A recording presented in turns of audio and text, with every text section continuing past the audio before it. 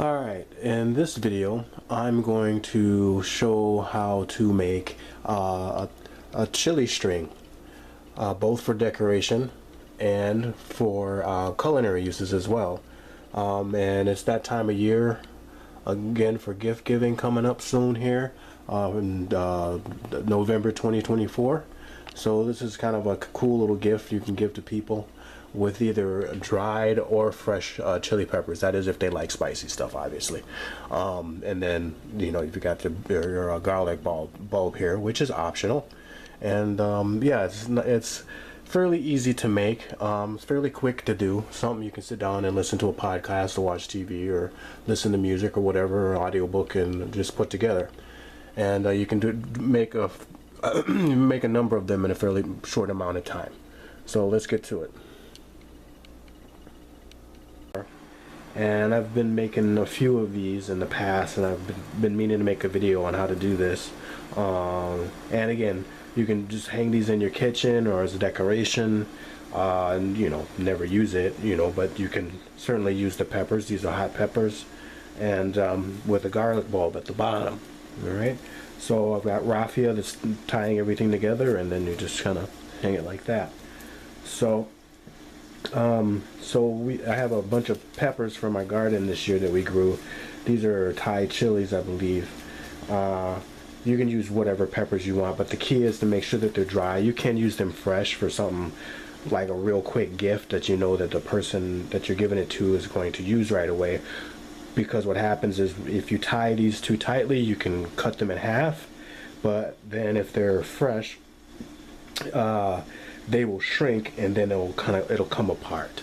So it's best to dry your peppers. The peppers are perfectly viable for cooking and things like that after they're dry. You can use them for grinding up, or just putting them in some cheesecloth and put them in a soup or something to spice up your soup, or however you choose to use it for your cooking. So it's a little bit of a process here. I'm going to kind of go through it step by step, and then we'll put one of these together.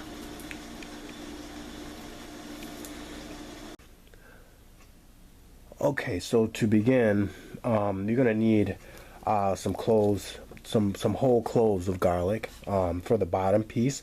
Now that's actually completely optional. Okay, so we'll get there, but make sure you don't peel the skin off of the garlic bulb. And what you want is to kind of take some kitchen shears or a cutting tool or something, and just kind of cut about, I don't know, about just a little less than ½ an inch from the base, from the top of the bulb here. And this is gonna go flying. I knew it was going to go flying. Excuse me, I have a bit of a head cold, so forgive me if I'm sniffling and my voice is a little hoarse. But this is what you want to start with. All right, so you'll need some kitchen shears, whole bulb of garlic if you choose to do so, and then you're going to need some raffia. And raffia is a type of tropical grass. You can get it at you can get it online, of course. You can get it at craft stores like Michael's or something like that. Now, basically, you just need some cordage, some clean cordage.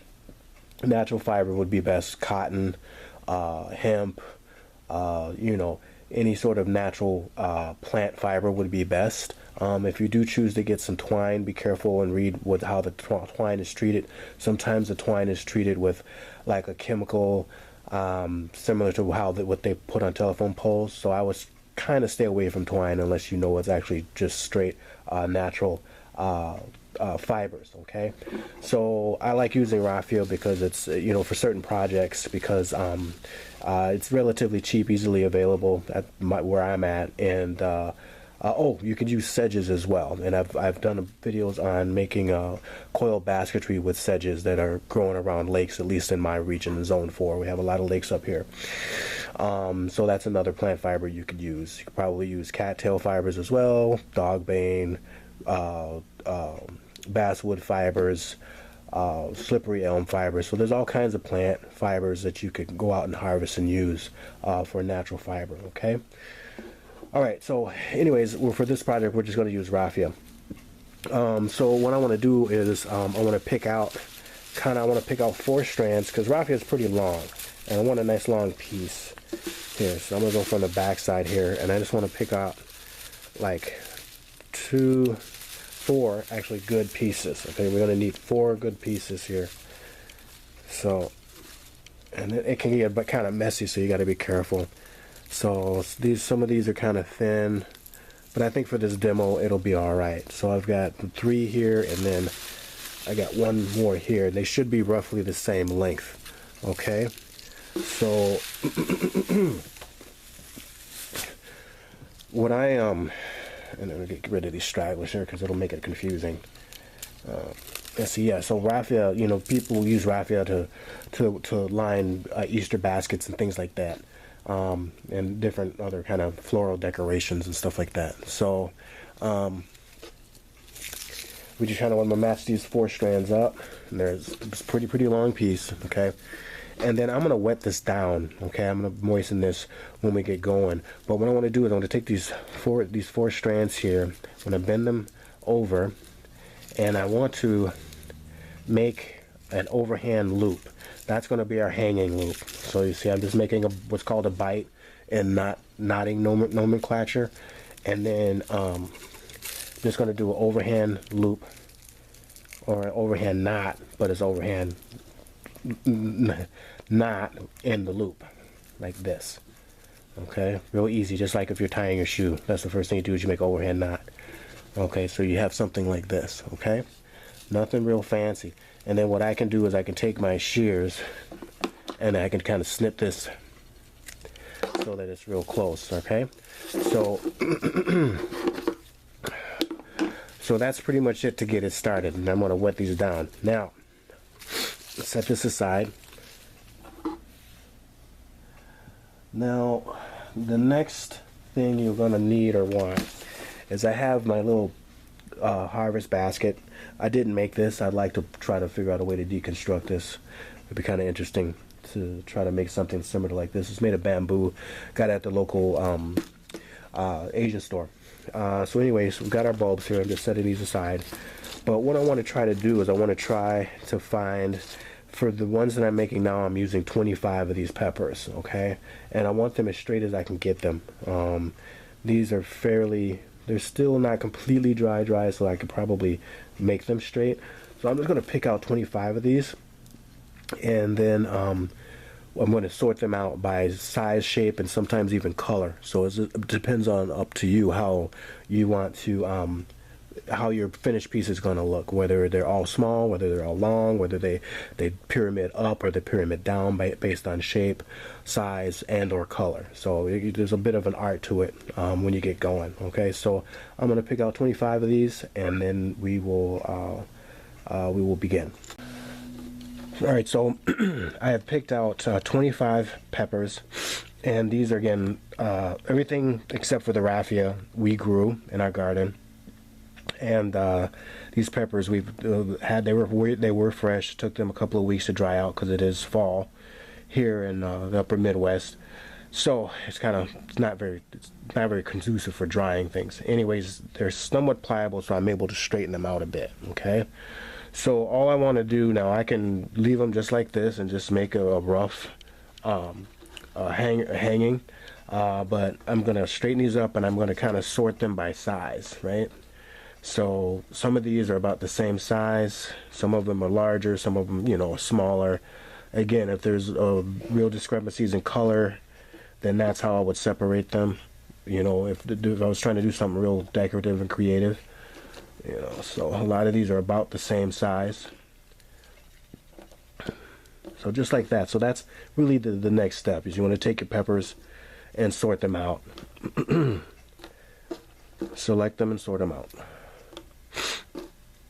Alright, so I have these roughly sorted out to size, and again, I'm choosing 25 because we're actually working on a project, just making a bunch of these this year, and that's why I thought it would be a good idea to make a video finally on how to make these. So you can, however long you want, this could be 25 feet long if you got enough peppers, or it could be very short, right? So just with a few, it's up to you. But I'm choosing 25 because it's a pretty consistent length, decent length. So Number doesn't matter. Anyways, these are more or less sorted out to the size, the longest to the smallest. And then I just set these aside, and now we're going to begin to do our weave. Okay, we're going to start to lash them together. All right. All right, so we have our cordage here, which is raffia. And we have 4 strands, and I'm just going to separate them. Okay, this may be confusing at first. I'm just going to do a few times so you can get what's going on here. So notice how I split them in half like that. So we'll separate it 2, and then I have a 2. So I have a top 2 and a bottom 2. Okay, top 2 and a bottom 2. So I'm going to start up here at the top here with one of my longer peppers here, and I'm going to insert in the middle. Okay, just like that, right? Then I want to take the top strands here, and I want to lay them down. It's kind of rough at the ends there, but I want to lay them down so we have a configuration like that. Okay, so we've got the 2 on the bottom, and we got 2 on the top. Take the 2 on the top, take the 2 on the bottom, now put them up top. And then, now these, we're going to have a configuration like that, okay? Then I'm going to take my next pepper in line, here, and then set it right next to it. And then now, the one that was on the bottom, that is now on top, I'm going to pull these down, like that, so we have a configuration like that. And then I'm going to take the ones on the bottom and push them up top, just like so. And then you can kind of cinch. So that's what I'm talking about earlier, when you can pull these too tight and cut these in half. Okay, I make the raffia wet so it's easier to work with, and then they cinch. They cinch better. So now we just kind of repeat the cycle here, right? Take a new pepper, put it on top of the one on the bottom. Now the strands that are on the top go down, and then the ones that are on the bottom now go up to the top. Okay, and that's really it. Okay, do a couple of more.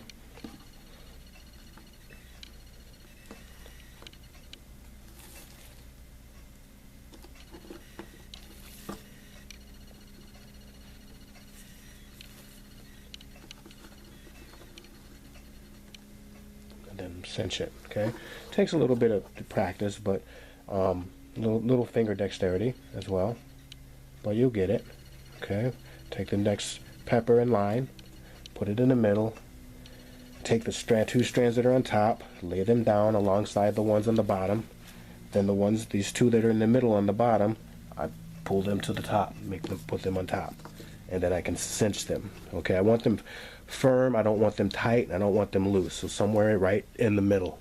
Okay, so I'm going to go ahead and I'm going to finish this off, put all the remaining peppers on the line here, and I'll see you when we get to the bottom.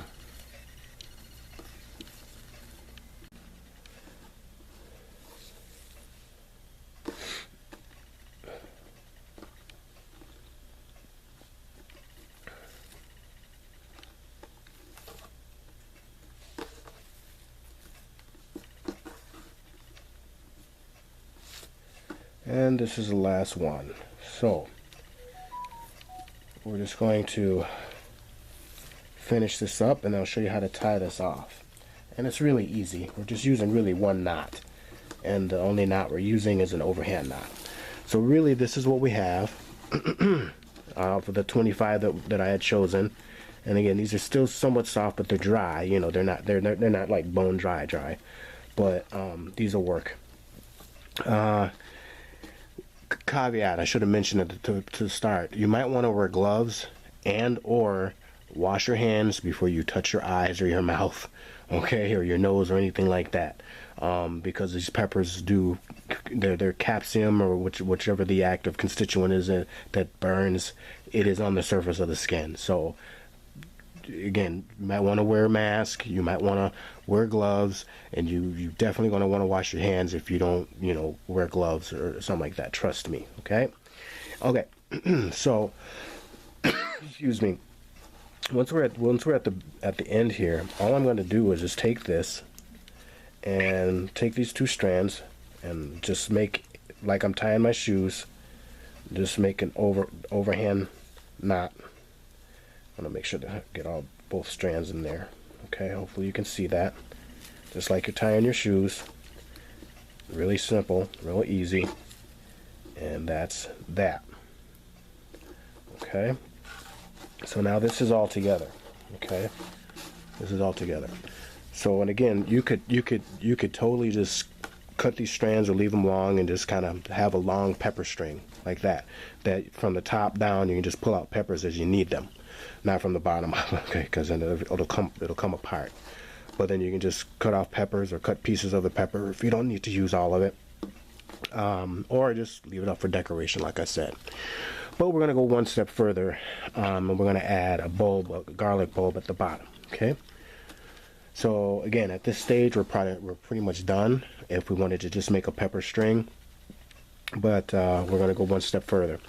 Now, the snips here are good. You can leave the stems on, but I prefer, because the stems are going all kinds of different ways. So it's best just to go ahead and as close as possible, just to snip the stems off, just to make everything uniform and neat. This is optional, but I recommend doing that if you're using the same species of pepper, that is. Alright, so we've got our garlic bulb here, and this is kind of tricky. It may be a little frustrating at first, but I'm gonna try to go slowly with this and explain it as I go. But we're gonna take advantage of the grooves that these individual cloves of this bulb of garlic has to fasten it to. Okay. So what we want to do is, again, we're going to kind of separate two strands, then two strands here, okay? And I want to take one strand on my left side, another strand on my right side, and then I want to connect the opposite side. So that's my intention, or that's what I'm trying to do, right? So I want to take the top of this, fix it in the middle, okay? Fix it in the middle. It's going to be kind of a balancing act. Okay, so I'm going to take the top one here, and then the bottom one here, and I want to hold these together. Okay, and what you can do, or what can be done, is this will sit, kind of making a little basket, a little net. Okay, so this will sit like right in there.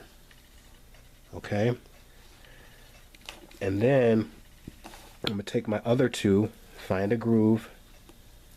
Okay, hold on to that, find a groove between the cloves on the other side, and now you've kind of got a little basket formed. Okay, and I'll just make sure it's adjusted before I tighten stuff down. Okay.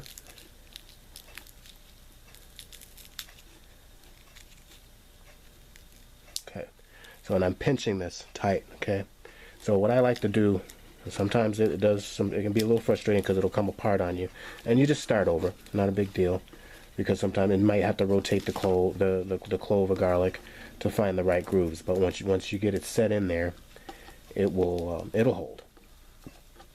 So we'll try this again. Okay, so once you wrestle this in there, and each bulb of garlic is going to be different, so it's going to have its different challenges, but you'll get a groove. All right, it's just because I'm choking because I'm on camera. I do the coolest things when nobody's watching. Anyhow,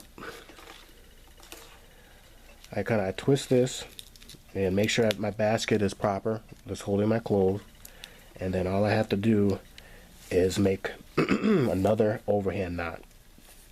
And hold this, cinch this in place after I twisted it, and then I'm just going to make an overhand knot.